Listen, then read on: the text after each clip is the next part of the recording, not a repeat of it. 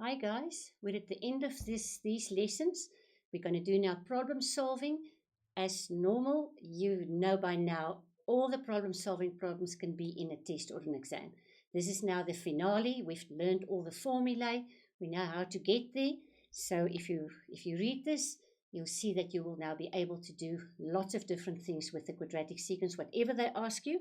But as I always say, it's much easier if we just rather do the examples, and then you can see exactly the steps. Because remember, the figures that we use is for a specific problem. You're not going to get the specific problem in a test or exam. Most probably not. But you need the method, how you do the problem, to do similar problems. Okay, let's look at the first one. Determine the unknown term. So that would be the x. Determine the unknown term of. Now, they actually should have said what type of a sequence this is, which they actually now did not do. But normally we tell you, if it's something like that, we tell you it's an arithmetic or a quadratic sequence. So I think we should probably just fill that in there. Let me just quickly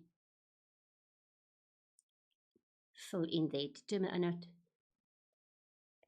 quadratic. So that you just know, if you get a proper formal exam question, we're busy with quadratic sequences. That's why we're now supposed to know we're busy with them. But in a test or an exam, it will tell you it's quadratic or arithmetic, because that tells you what you need to do with the sequence. Good. So let's just do this on this page. I'm just going to get some space here. 49x37. Good. Now you know what we always do. We do right-hand side minus left-hand side gives me 5. Right-hand side minus left-hand side. Don't let the x bother you. You do the method. The method says right-hand side minus left-hand side. You do right-hand side minus left-hand side. Good. Now, you will see that these are now all different things, because we have done only the first difference. If it's a quadratic sequence, we know by now the first differences are all different, but the second differences are supposed to be the same. So let's just write here. Here we've done the first differences, and they're all different. If I now do the second difference, which is like that. Now, don't let the x put you off, because many times when people see an x, they say, I haven't seen this before. I don't know what to do with the x. You do your method. Your method says right-hand side minus left-hand side. So I'm going to do right-hand side minus left-hand side. I'm going to put it in brackets so that you can clearly see what I'm doing. And I'm going to do here right-hand side minus left-hand side. You agree? So there are my second differences. Now you know by now, if I've got a quadratic sequence, my second differences are supposed to be the same. So this whole, and while I do that, I'm just going to say, therefore, I'm just going to take away my brackets.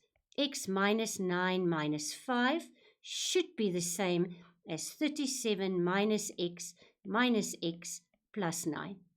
And there you've got an equation with only x's in it. If you've got an equation with only one variable in it, you can solve it. Good. So let's just see. Let's do the x's first. I'm going to bring all the x's to the left-hand side. X plus x plus x. I'm going to take all the figures to the right-hand side. 37 plus 9 plus 9 plus 5. Just make sure that you did take everything over. And now we can just add. There are 3 x's this side. 37 plus 9, 46, 60. Divide by 3. X is equal to 20. Now, what is that x? They asked you to determine the unknown, determine the x. So now I found the x. They didn't even ask me anything else, but I can now, just to make sure, write down 4, 9, 20, 37.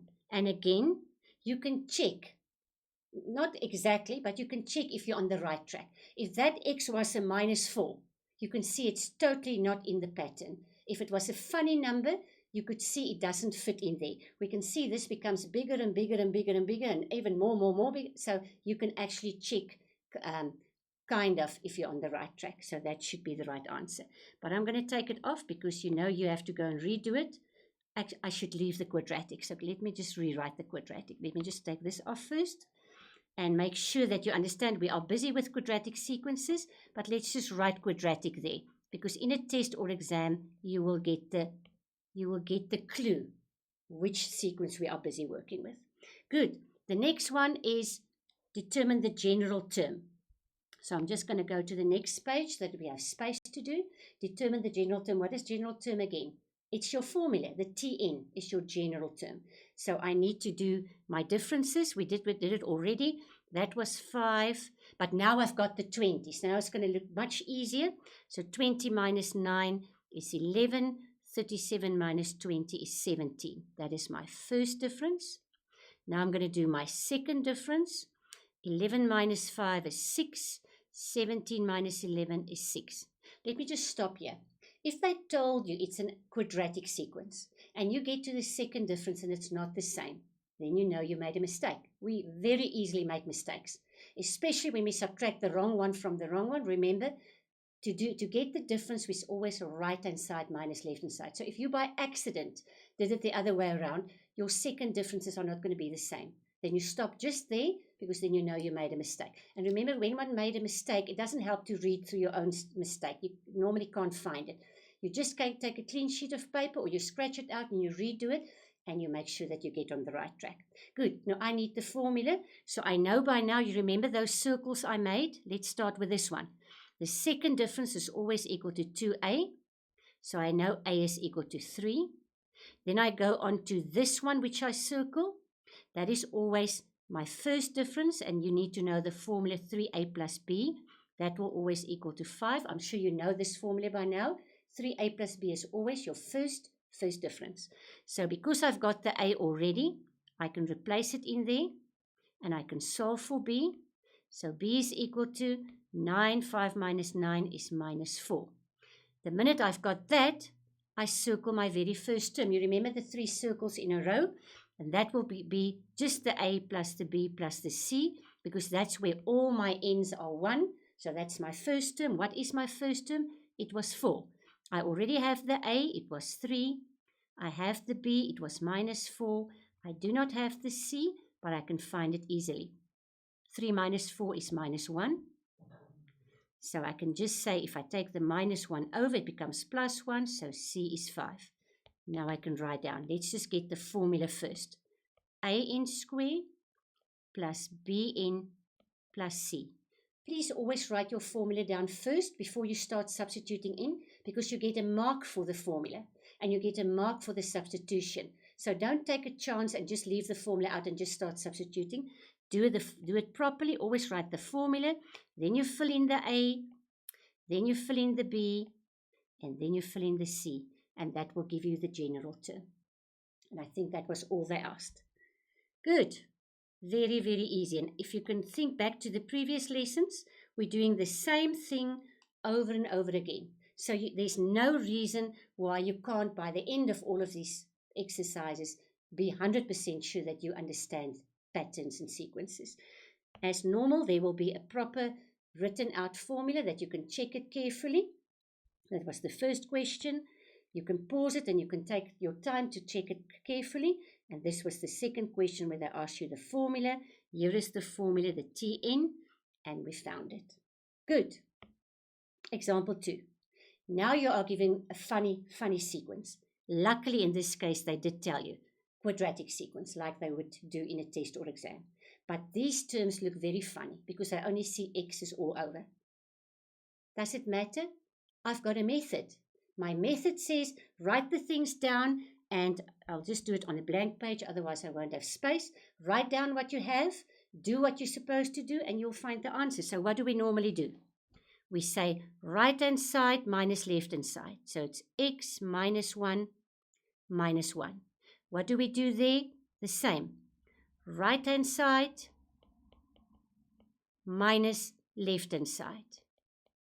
And here we do the same. The space is a bit short, little.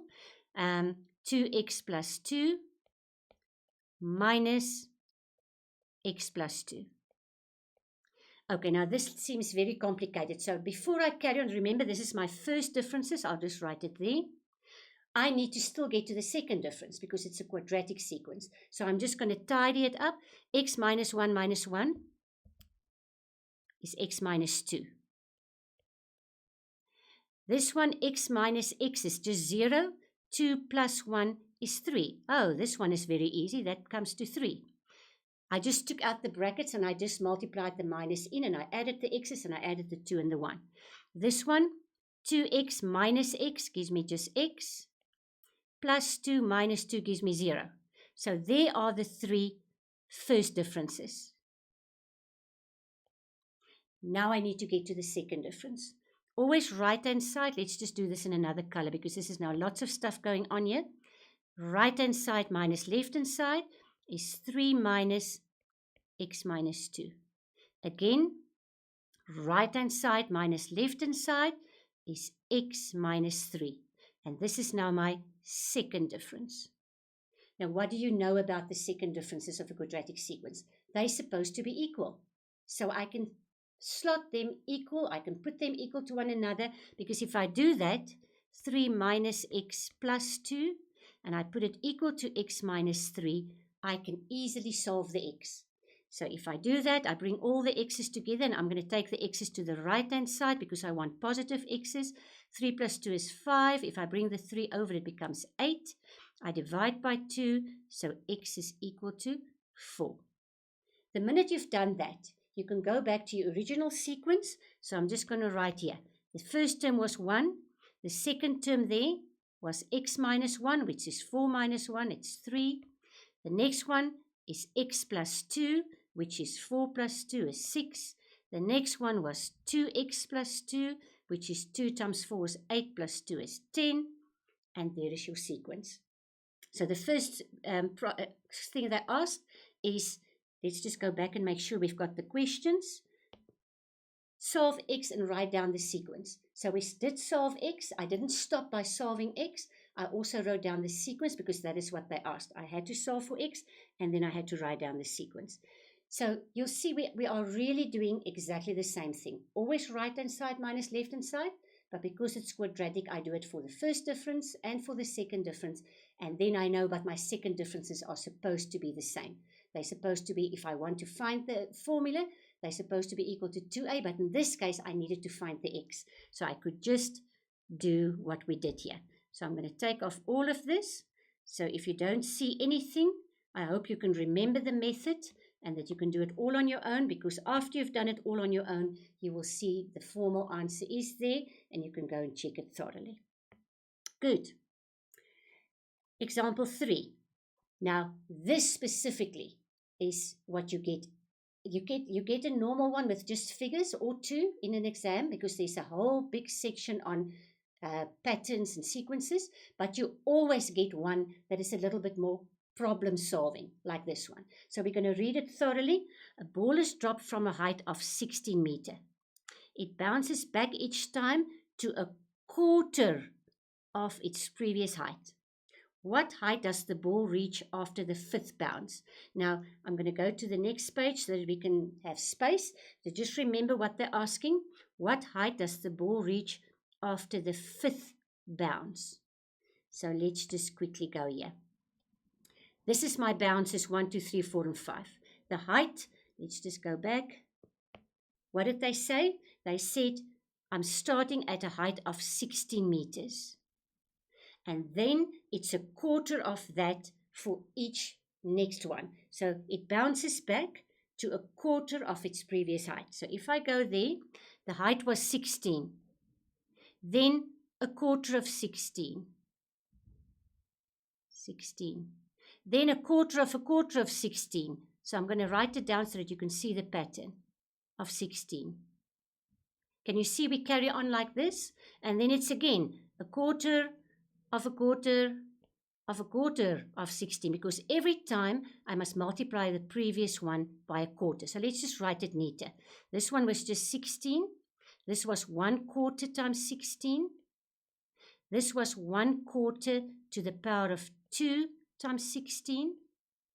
This was 1 quarter to the power of 3 times 16. Now you'll see I haven't even done the fifth one. It's not necessary. If I've got 4, it's more than enough. But now I need to find the nth one. Oh, what was the first question? The first question was just to find the fifth. What was the height after the fifth bounce? So for that one, I do not actually have to go further. This was question A or question 1. They just said after the fifth. So I have to quick, before I write it out, you can now imagine if that was all a quarter to the power of something times 16. Let's just keep the 16 in a bracket. Let's check. Let's just use a different color so you can see easily. This was term 2, and the equation, the exponent was just 1. This was term 3, the exponent was 2. This was term 4, the exponent was 3. So what do you see? The exponent is always 1 less than the term we're working with. So if it's the fifth bounce, what will the exponent be? 1 less. So it will just be to the power of 4. So that is after the fifth bounce. So we can just say T5 will be a quarter to the power of 4 times 16. Now I need to simplify this, and if you look carefully, I can make all of it into, I can either do this, 1 over 4 to the power of 4. The 16 I can make 4 square over 1. Remember, if one works with fractions, it's always much easier to make everything fractions. Then you can see easily what to do. So there are 2 4s left at the bottom. So the answer is 1 over 16. Good. So term 5, the fifth bounce, will just be 1 over 16. Good. The next question, let's just go back to the questions. Determine an algebraic expression for the nth bounce. So we're going to go to the nth bounce. Let me just see if I've left some other space here. No, I didn't. So we just go to the nth. So the nth bounce there is a quarter to the power of something times 16.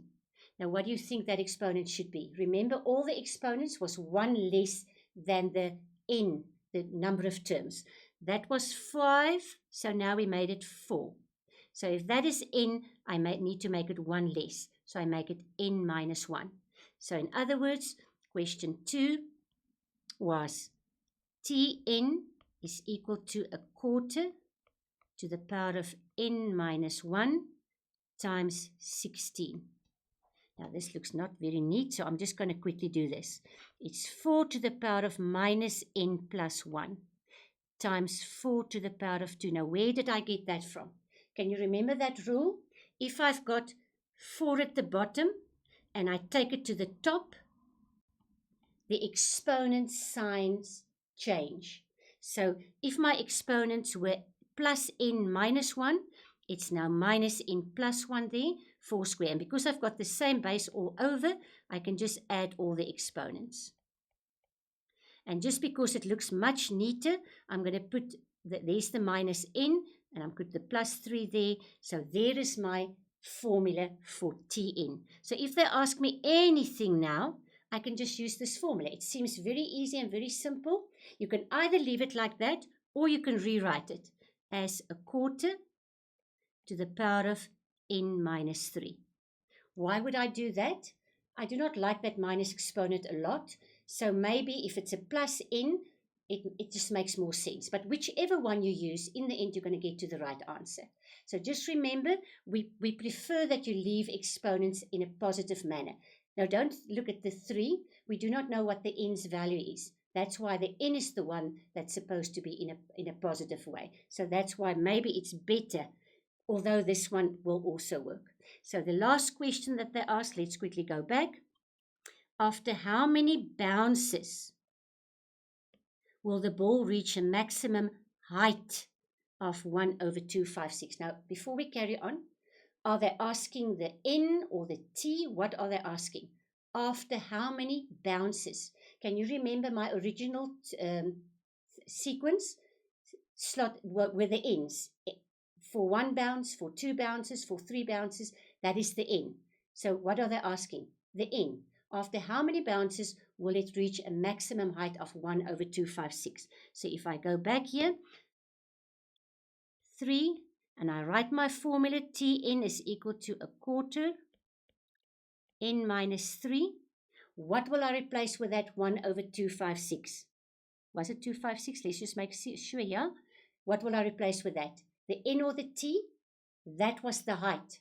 And where do I find the height? In the t. So it's 1 over 256 should be equal to 1/4 to the power of n minus 3. Now, if you can, I'm quickly going to show you. If you want the prime factors, or not even necessarily the prime factors, you want 4. Maybe I should do it on the right-hand side. Yeah, I don't know if you can remember this. If I've got 256 and I want to actually make it into 4 to the power of, why would I want 4 to the power of something? On the right-hand side, I've got 1/4.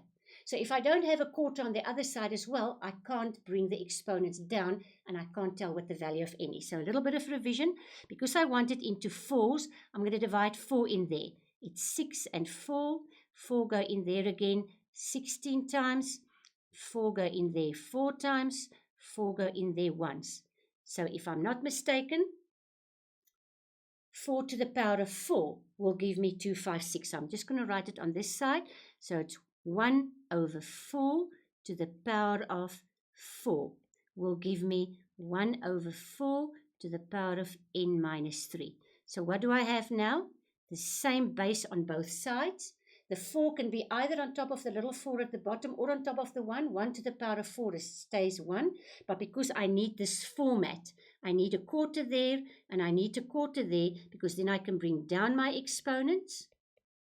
And then I can say n is equal to 4 plus 3, which is 7. So the 7th term will be equal to 1 over 256. Does it make sense? If we look, where did we write the sequence? If we look at the green one there on the top, can you remember we worked out that the 5th term there will be 1 over 16.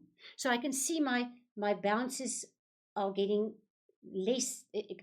lower and lower.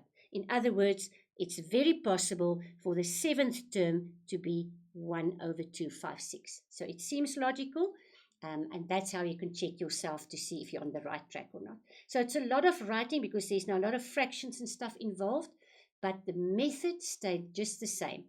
We did our pattern and we filled in the formula and we used the values that they gave us to substitute in there, and that gave us the answer. Now, if you go and redo this on your own, you will see it's really very easy, nothing difficult. There's your solutions written out nicely. There's the one that we got. Let me just get my pen. There's the one that we got when they ask which term, to find the general term, which is the general term. And then there is what I showed you previously after 6 bounces, and that was the question. So after you've done it, go slow to each slide and go check your answers carefully and make sure that you've got the right answer in the end, because you've got really enough time and you've got all the answers available that you can redo it on a clean sheet of paper and check it. And then this example 4 is very much the same as the one we did just now. You must just be very careful. I'm not going to do the whole one. I'm going to leave it up to you to do. I just want to show a few things that can be confusing.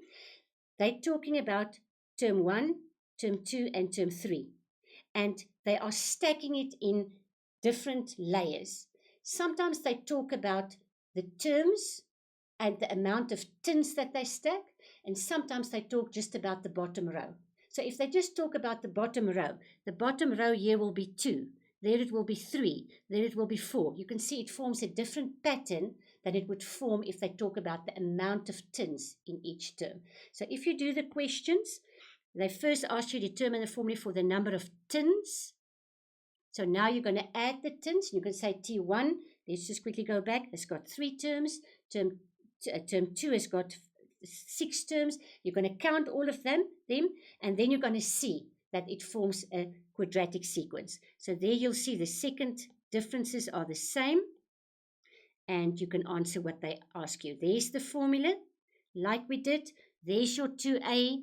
There's your 3a plus b. There's your first term a plus b plus c. You can see we're doing the same thing all the time. Just be careful if they ask you something different. Here they ask you in the 10th pattern, what would that be? That would be 60 sixteenths. And then, yeah, I'm going to make an NB here. Just be very sure that when they ask this question about the bottom row, it is a different one because it's only the bottom row that they're talking about. Good. Those are all the examples. You can just go through that one on your own time. And then we've got the exercises as normal with the yellow answers. So if you check there on the next page, you'll find the answers, the questions and the answers. There are a few of them. So there's really nice, if you look at this one, nice questions. Many times they like to give you a sketch rather than to give you figures. You have to find the figures from that sketch. And there's the answers, so you can check afterwards if you're on the right track. Good luck. This is all you need to know about quadratic sequences. I'm sure it's going to be fine because you need to know a few basic things, and then you can do all these difficult, complicated, nice problems. Good luck. I'll see you again.